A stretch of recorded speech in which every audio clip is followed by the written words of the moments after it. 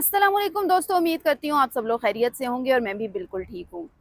आपको पता है कि वर्ल्ड कप की तैयारियां इस वक्त ज़ोरों शोर से जारी हैं और आईसीसी की जानिब से जिस तरह से हमने गुज़श्ता रोज़ भी बात की कि दोहरे मयार पर काफ़ी ज़्यादा बहस हो रही है, क्योंकि बांग्लादेश के लिए उनका दोहरा मयार नज़र आ रहा है। वीडियो में आज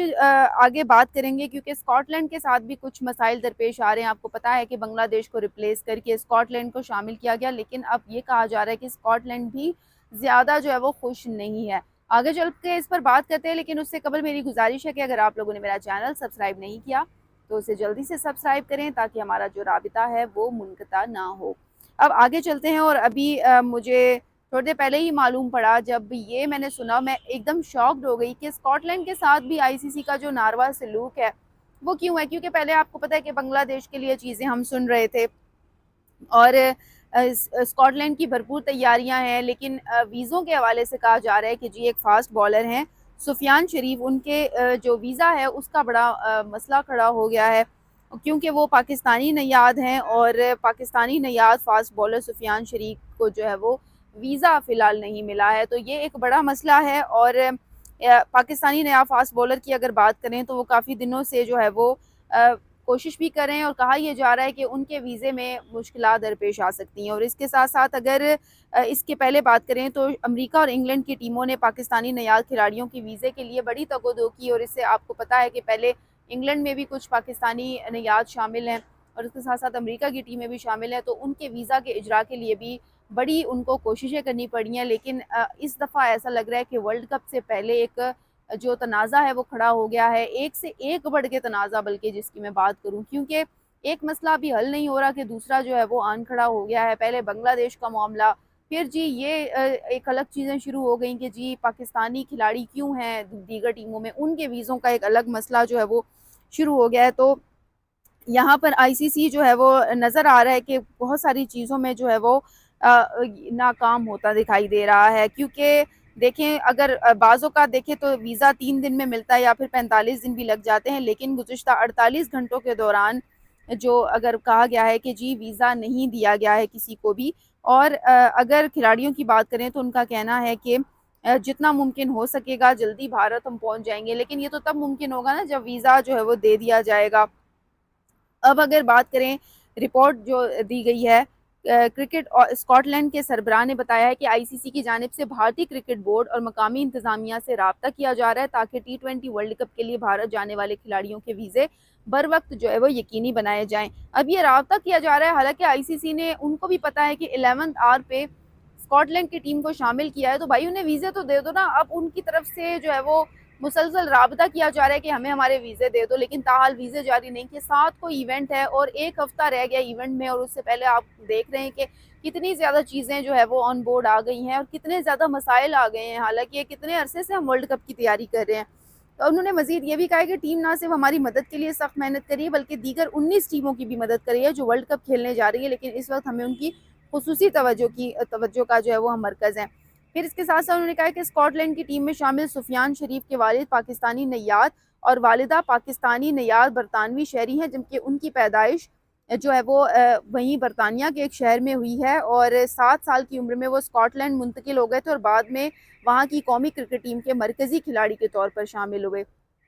अब अगर देखा जाए वो 7 साल की उम्र से अगर वहाँ रह रहे हैं, लेकिन अगर वो बाय बर्थ या किसी भी तरह से अगर पाकिस्तान से उनका ताल्लुक है, तो फिर इसको वजह तो नहीं बनाना चाहिए क्योंकि वो स्कॉटलैंड की टीम में शामिल हैं। और अगर पीछे बांग्लादेश की बात करें तो बांग्लादेश की जानिब से खिलाड़ियों की सिक्योरिटी खदशात के बायस स्कॉटलैंड की टीम को शामिल किया था, लेकिन अब स्कॉटलैंड के लिए भी कोई फूलों की बहार नहीं है। कोई ऐसा नहीं है कि सब कुछ तैयार कर रहा है, और नहीं, ऐसा बिल्कुल भी नहीं है, बल्कि स्कॉटलैंड को भी जो है वो मसाइल दरपेश हो रहे हैं। और आईसीसी की जानिब से ये तमाम जो हैं, ये बल्कि ये भारत की जानिब से ये जो रुकावटें हैं ये खड़ी की जा रही हैं। तो मेरा ख़्याल से ये चीज़ें नहीं होनी चाहिए और आईसीसी को भी इस पर सोचना चाहिए। भारत को थोड़ा समझाना चाहिए आईसीसी को कि भाई इन चीज़ों से निकलो, प्रोफेशनल थोड़ा सा बिहेव करो। वर्ल्ड कप सर के ऊपर है, 7 फरवरी को इवेंट है, और अब हम किस चीज़ पे, यानी क्या हम लोग ऐसा जो है वो कर रहे हैं इस इवेंट के लिए। अब ये मेरा ख्याल है कि इस पर थोड़ा सा सोचना चाहिए। अब अगर टी20 वर्ल्ड कप से कबल अगर हम अमेरिका की बात करें तो उन्हें भी बड़ा धचका लगा है, क्योंकि अहम खिलाड़ी पर पाबंदी आयद कर दी गई है। اس کو تھوڑا سا دیکھ لیتے ہیں کہ پابندی آخر کیوں کی گئی ہے۔ اب اگر بات کریں امریکہ کے ایرن جونز پر اینٹی کرپشن کوڈ کی 5 خلاف ورزیوں کا الزام عائد کیا گیا ہے اور ان پر جو ہے وہ یہ پابندی لگائی گئی کہ ہر قسم کی کرکٹ کے لیے ان پر پابندی عائد کی گئی ہے، جبکہ